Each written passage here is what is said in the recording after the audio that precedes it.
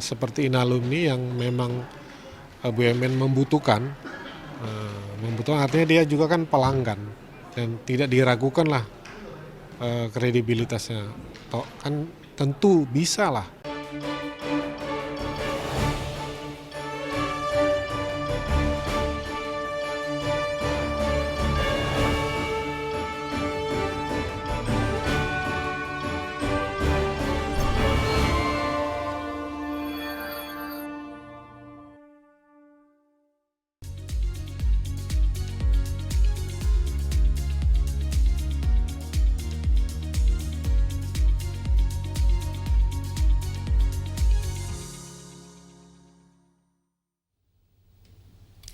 Selamat pagi, apa kabar pemirsa TVR Parlemen dimanapun Anda berada. Berjumpa lagi dalam program TVR 09 bersama saya Alfat Rizky dan rekan saya Vincent Aldi. Dalam 30 menit ke depan akan kami sajikan kepada Anda sejumlah berita nasional, khususnya dari sudut pandang DPR RI sebagai referensi Anda dalam memahami dinamika politik, hukum, ekonomi, sosial, dan budaya di Indonesia. Dan pemirsa TVR Parlemen, inilah TVR 09 selengkapnya.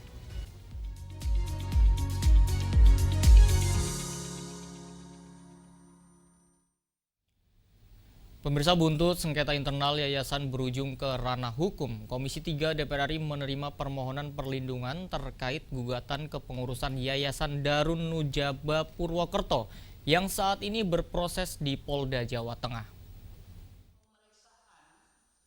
Sengketa internal yayasan berujung ke ranah hukum. Komisi 3 DPR RI menerima permohonan perlindungan terkait gugatan kepengurusan Yayasan Darun Nujaba Purwokerto yang saat ini berproses di Polda Jawa Tengah. Permohonan disampaikan oleh Ratih Asmara Dewi, pihak terlapor yang mengaku mengalami ketidakadilan dalam penanganan perkara. Anggota Komisi 3 DPR RI Safarudin menjelaskan perkara ini terkait dugaan pengelolaan dana yayasan senilai hampir 7 miliar rupiah. Safarudin menekankan perlunya kehati-hatian dalam proses hukum, termasuk pengujian unsur pidana dan koordinasi dengan kejaksaan agar penanganan perkara tidak berlarut. Baru kita dalami tadi masalahnya. Dan ini kan sebetulnya kalau saya lihat masih ada hubungan keluarga semua ini, yang pelapor dengan yang terlapor ya. Kita sih kalau saya sih sarankan coba berdamailah berdua. Jadi kan ada yang dianggap itu kan laporannya di Polda 372 penggelapan. Mungkin dana yayasan itu sekitar hampir 7 M lah. Tapi kan itu kan masih berproses itu, terus lapor ke Polda. Tadi kan saya tanyakan karena kan dari yang lain-lain juga menanggapi bahwa ini kan terlalu dini menurut rekan-rekan dari Komisi 3. Komisi 3 mendorong penyelesaian melalui restoratif justice apabila dimungkinkan. Langkah ini diharapkan dapat meredam konflik dan mencegah kerugian lebih besar bagi para pihak. Dwi Utomo, TVR Parlemen melaporkan. Selanjutnya pemirsa, Komisi 2 DPR RI menuntaskan penyelarasan dasar hukum pemerintah daerah dengan mengesahkan 10 undang-undang pada tahun 2025 guna mencegah sengketa wilayah dan memberi kepastian hukum. Untuk mencegah sengketa wilayah dan memberi kepastian hukum, Komisi 2 DPR RI menuntaskan penyelarasan dasar hukum pemerintah daerah dengan mengesahkan 10 undang-undang pada tahun 2025. Ketua Komisi 2 DPR RI Rifki Nizami Karsayuda menjelaskan 10 undang-undang tersebut menggantikan regulasi warisan masa Republik Indonesia Serikat tahun 1950. Penyesuaian ini dilakukan untuk memberikan kejelasan status pemerintahan dan batas administratif kabupaten kota serta provinsi. 10 undang-undang ini adalah undang-undang tentang pemerintahan kabupaten kota yang dulunya menggunakan dasar hukum Undang-Undang Dasar sementara tahun 50. Itu sudah kita sesuaikan. Kita masih punya PR lebih kurang 110 kabupaten kota lagi yang akan kita sesuaikan, termasuk provinsi-provinsi lama yang dulunya belum dipecah menjadi daerah otonomi baru, itu akan kita sesuaikan. Contoh misalnya Sulawesi Selatan. Sulawesi Selatan itu kan dulunya termasuk Sulawesi Barat. Nah sekarang dengan adanya Undang-Undang Sulawesi Barat tentu kita akan memfiksasi semua termasuk soal tapal batas. Jadi kalau dulu kita pernah ingat ada sengketa tapal batas antara Sumatera Utara dengan Aceh. Maka dengan undang-undang ini satu persatu akan kita selesaikan, karena kita akan state tapal batas antar kabupaten, kota, provinsi itu di dalam undang-undang, agar kemudian ada kepastian terkait dengan batas wilayah masing-masing. Saat ini, Komisi 2 masih melanjutkan penyesuaian dasar hukum untuk sekitar 110 daerah lain, termasuk penegasan batas provinsi lama pasca pemekaran. Langkah ini diharapkan memperkuat kepastian wilayah dan meningkatkan efektivitas pelayanan publik. Halim Dandomi, TVR Parlemen melaporkan. Pemirsa, Sekjen DPR RI tegaskan komitmennya dalam memperkuat reformasi birokrasi agar target kinerja 2025 tercapai secara efektif dan berkelanjutan. Informasi selengkapnya usai jeda, tetaplah di TVR 09.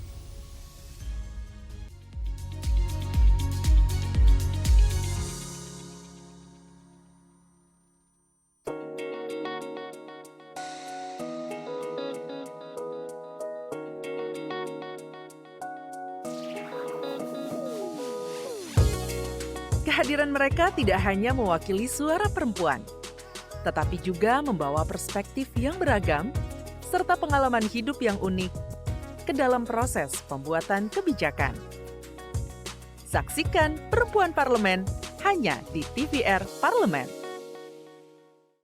Kenapa waktu itu memilih Cina bukan Jepang, Pak? Yaitu, adakah penumpang kepentingan untuk pribadi-pribadi? Bisa kita sebut bahwa kesimpulan untuk menjalankan proyek kereta cepat Jakarta-Bandung ini adalah keputusan politik dan strategis saja. Kurang lebih begitu.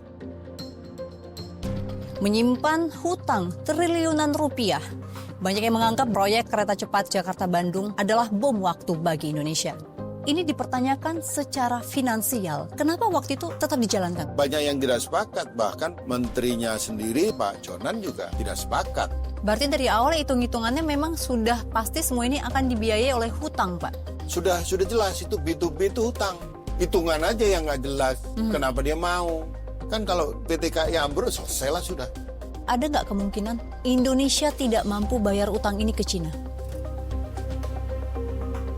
Hanya di TVR Parlemen. Natal selalu membawa kita tentang indahnya kebersamaan dalam keluarga. Saling mendengar, saling menguatkan, dan saling menjaga. Tentang kasih yang mengikat kita dan harapan yang kita bagi satu sama lain. Selamat Hari Natal dan Tahun Baru 2026. Kasih dan damai Natal mengiringi keluarga dan bangsa kita dengan penuh pengharapan.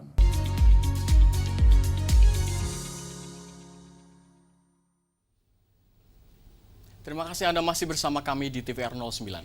Pemirsa, Sekretariat Jenderal DPR RI memperkuat reformasi birokrasi tahun 2025 melalui monitoring dan evaluasi menyeluruh terhadap capaian indikator kinerja guna meningkatkan kinerja dan kualitas layanan.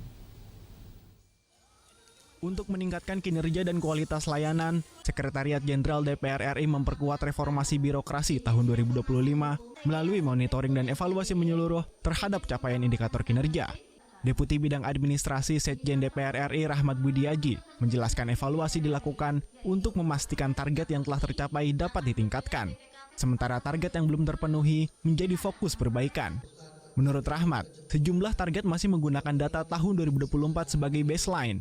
Capaian yang sudah baik akan didorong menjadi momentum peningkatan, sedangkan aspek yang belum optimal akan ditinjau dari sisi SDM, metode kerja, serta sarana dan prasarana.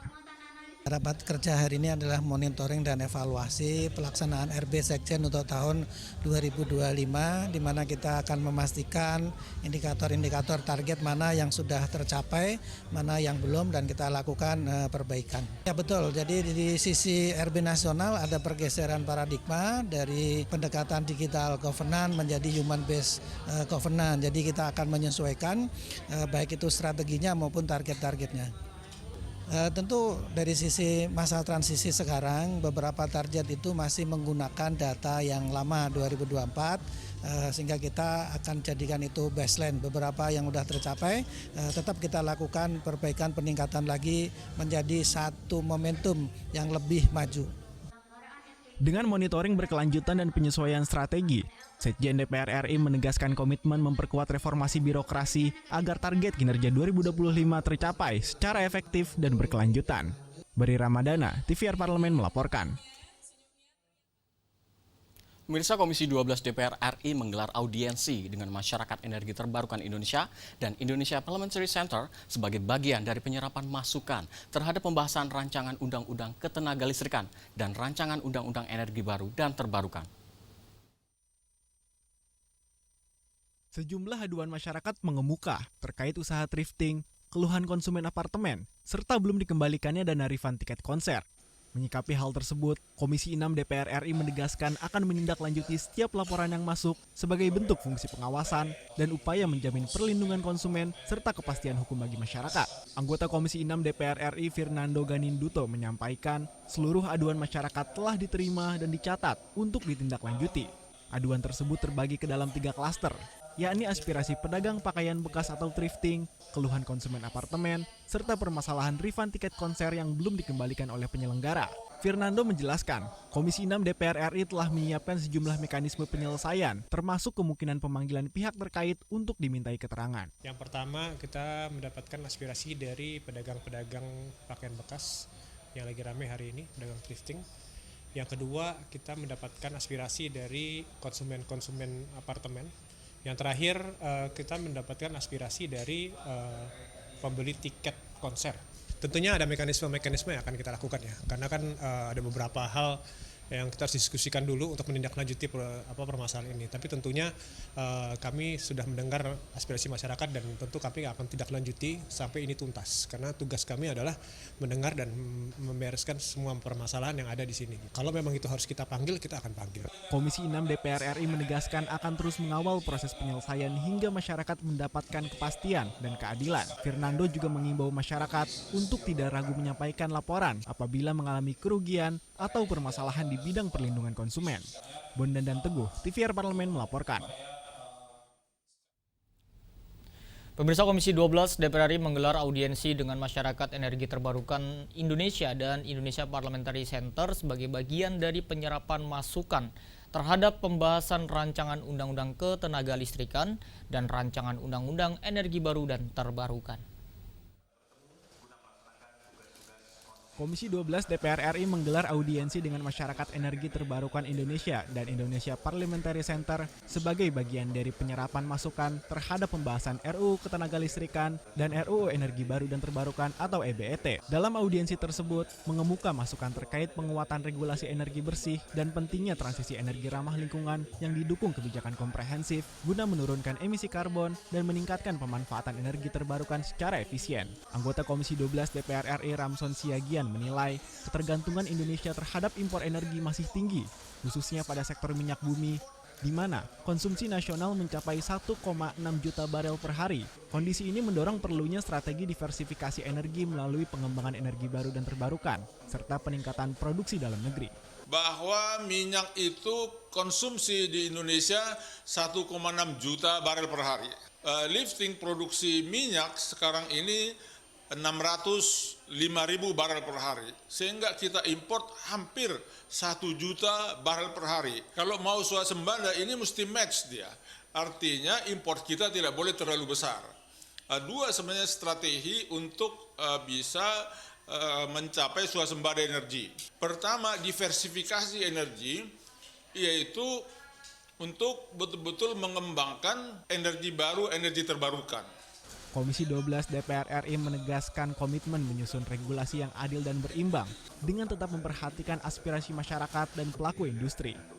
Tujuannya mempercepat transisi menuju sistem energi nasional yang bersih, berkelanjutan, dan terjangkau bagi seluruh masyarakat. Julian, TVR Parlemen melaporkan. Pemirsa, cagar budaya merupakan jantung yang menjaga aliran kisah bangsa tetap berdenyut, yang menautkan kejayaan masa lalu dengan harapan masa depan. Dan DPR RI menilai bahwa setiap situs sejarah, naskah kuno, dan artefak leluhur merupakan cahaya yang menuntun kita memahami siapa diri kita sebagai bangsa Indonesia.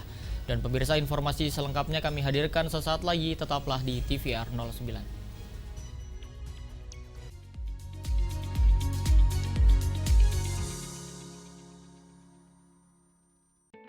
Selamat datang di Biro Pemberitaan Parlemen. Anda memasuki kawasan zona integritas menuju wilayah bebas dari korupsi atau WBK dan wilayah birokrasi bersih dan melayani atau WBBM. Biro Pemberitaan Parlemen berkomitmen penuh untuk mewujudkan wilayah bebas korupsi dan wilayah birokrasi bersih dan melayani. Komitmen kami, pejabat dan jajaran memiliki komitmen tinggi untuk mewujudkan WBK dan WBBM melalui reformasi birokrasi, khususnya dalam hal pencegahan korupsi dan peningkatan kualitas pelayanan publik. Kedua, bebas dari korupsi dengan terwujudnya wilayah bebas korupsi atau WBK, yang artinya bebas dari KKN, gratifikasi dan dari segala bentuk pungutan liar atau pungli. Terakhir, pelayanan prima dengan terwujudnya wilayah birokrasi bersih melayani, yaitu dengan meningkatnya kualitas pelayanan publik dan tercapainya kepuasan masyarakat terhadap pelayanan.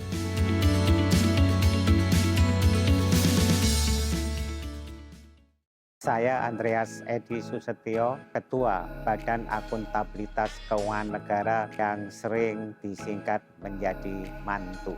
Waktu itu setelah kuliah, saya kuliah di ITS menjadi salah satu direksi. Setelah itu tahun 2006 saya berkiprah di dunia internasional, mulai sebagai advisors, baik itu di Bank of China. Bankers itu adalah my word is my bond. Jadi kalau bicara itu tentu semua diperhitungkan. Dan yang ketiga, ini Paus Fransiskus, karena saya dari agama Katolik, yang menjadikan politik sebagai wujud tertinggi dari kasih dan pelayanan. Atau cashless, rekomendasi menurut Bapak? Putu lanang asli itu Malang.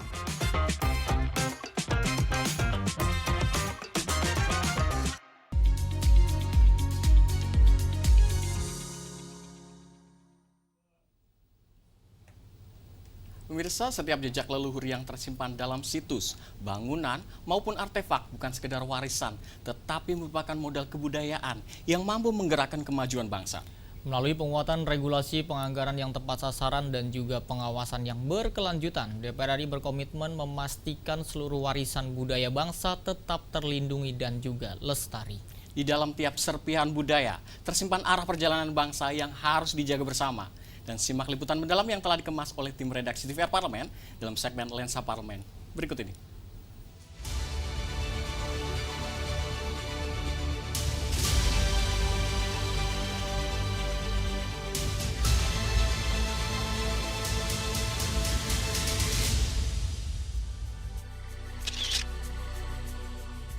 Pelestarian cagar budaya Indonesia menjadi pilar penting dalam pembangunan nasional, memperkuat identitas bangsa, dan memupuk rasa nasionalisme, serta bisa dimanfaatkan sebagai destinasi wisata, sumber ekonomi kreatif, ikan sejarah bagi generasi muda. Wakil Ketua Komisi 10 DPR RI, Kurniasi Mufidayati mengapresiasi upaya pelestarian yang dilakukan pemerintah daerah terhadap SMK Negeri 1 Pangkal Pinang yang telah ditetapkan sebagai salah satu bangunan cagar budaya. Karena ini sebuah sekolah, tentunya ini sangat positif sekali sehingga anak-anak juga merasa memiliki dan menjadi sejarah yang tidak akan pernah hilang dari generasi ke generasi. Jadi nanti siswa-siswa yang akan bersekolah di situ dan menjadi sekolah yang terkenal karena memang ada sejarah di dalamnya. Hal yang sangat positif, SMK ini menjadi cagar budaya yang sejarahnya tidak akan pernah hilang karena terus akan ada generasi-generasi yang bersekolah di situ dan pasti secara word of mouth-nya akan ada cerita bahwa SMK 1 ini adalah cagar budaya, peninggalan dari sejarah yang harus kita jaga dan lestarikan bersama. Anggota Komisi 10 DPR RI Agung Widiantoro mendorong pengelolaan kawasan Candi Borobudur sebagai destinasi wisata super prioritas dan bermanfaat secara nyata bagi masyarakat sekitar. Kemajuan yang dicapai dalam pengelolaan Candi Borobudur, terutama penataan zonasi, dan kebijakan yang dilakukan manajemen dengan melakukan pembatasan kunjungan ke puncak candi hingga maksimal hanya 4.000 wisatawan per hari, demi menjaga struktur tanah dan mengurangi kehausan batu candi, justru berdampak terhadap keberlanjutan ekonomi masyarakat.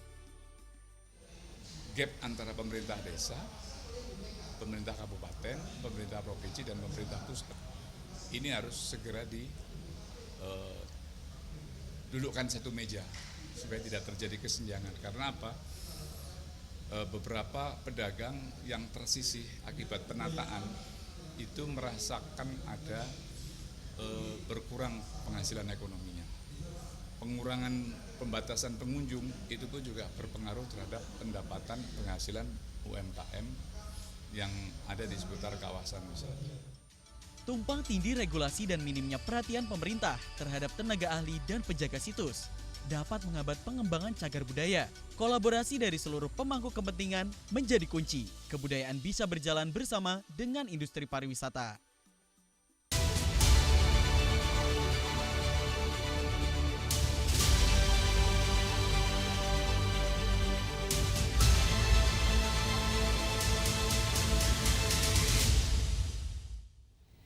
Ya Vincent dan juga pemirsa, kalau kita berbicara terkait dengan running ini atau lari, ini menjadi salah satu olahraga paling sederhana yang bisa dilakukan oleh semua kalangan.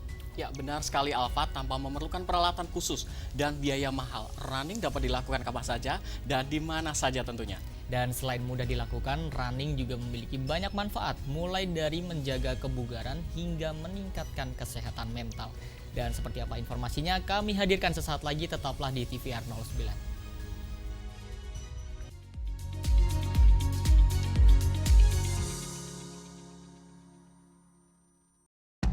Hai, sekarang kamu bisa menyaksikan program-program TVR Parlemen di First Media, channel 18 ya.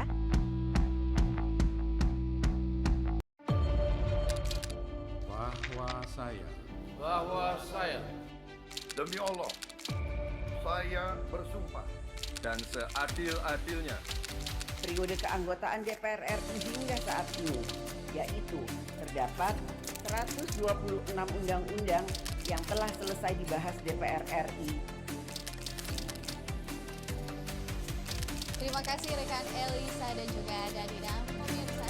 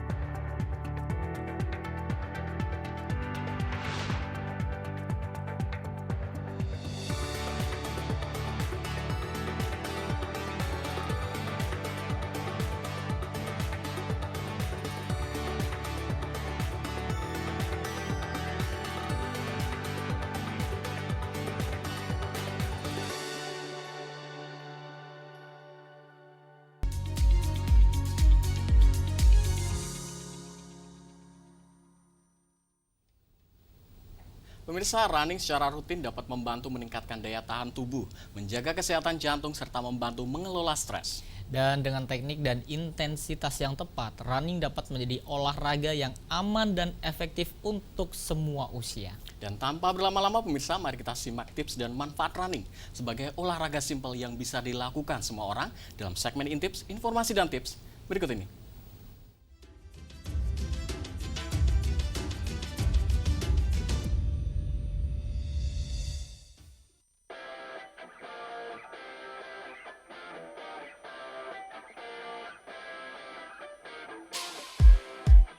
Running jadi salah satu olahraga paling populer saat ini. dari anak kuliah, karyawan, sampai orang tua. Alasannya sederhana, tidak butuh banyak peralatan, cukup sepatu yang nyaman, dan kemauan untuk mulai bergerak. Di Intips kali ini, kita bahas running secara umum. Apa manfaatnya dan bagaimana cara memulainya? Untuk kamu yang ingin memulai, running tidak perlu langsung dengan jarak yang jauh. Bisa dimulai dari kombinasi, jalan cepat selama 2 menit, lalu lari pelan 1 menit. Ulangi pola ini selama 15-20 menit. Lakukan 2-3 kali dalam seminggu, sampai tubuhmu mulai terbiasa. Yang terpenting, dengarkan tubuh sendiri. Lakukan senyaman mungkin dan jangan terlalu dipaksakan. Yang perlu diperhatikan saat mulai running, yaitu gunakan sepatu yang nyaman. Kedua, lakukan pemanasan seperti stretching selama beberapa menit. Ketiga, setelah selesai, jangan lupa minum air dan melakukan pendinginan untuk mengurangi pegal. Running bisa menjadi bagian dari gaya hidup sehari-hari. Banyak orang bergabung dengan komunitas untuk mendapatkan teman baru dan motivasi agar lebih semangat.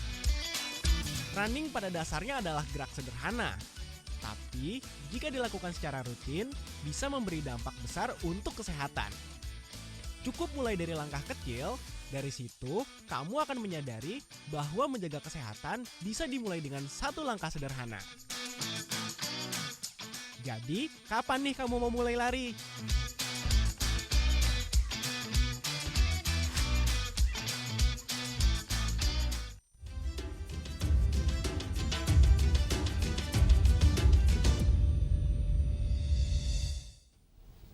Pemirsa, informasi tadi sekaligus menutup jumpa kita pagi ini, dan di penghujung acara kami informasikan kepada Anda bahwa saat ini DPR RI sedang memasuki masa reses di mana seluruh anggota Dewan kembali ke daerah pemilihannya masing-masing untuk melaksanakan fungsi representasi DPR RI, menyerap dan menindaklanjuti serta memberikan pertanggungjawabannya kepada konstituen di daerah pemilihannya. Dan pemirsa, meskipun saat ini DPR RI sedang memasuki masa reses, sejumlah agenda dan kegiatan DPR RI dapat Anda akses di website kami di tvrparlemen.dpr.go.id atau Anda dapat mengakses kanal YouTube kami di TVR Parlemen.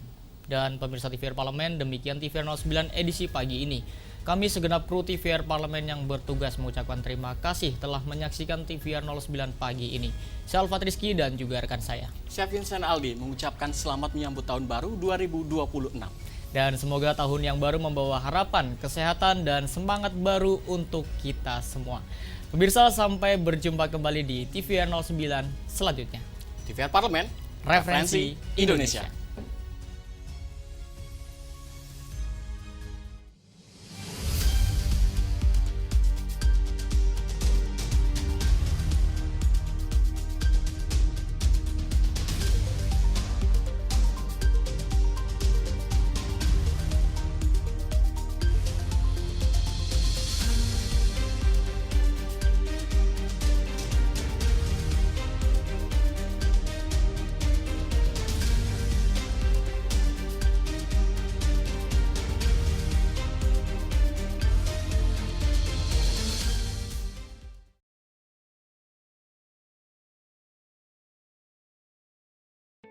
Selamat datang di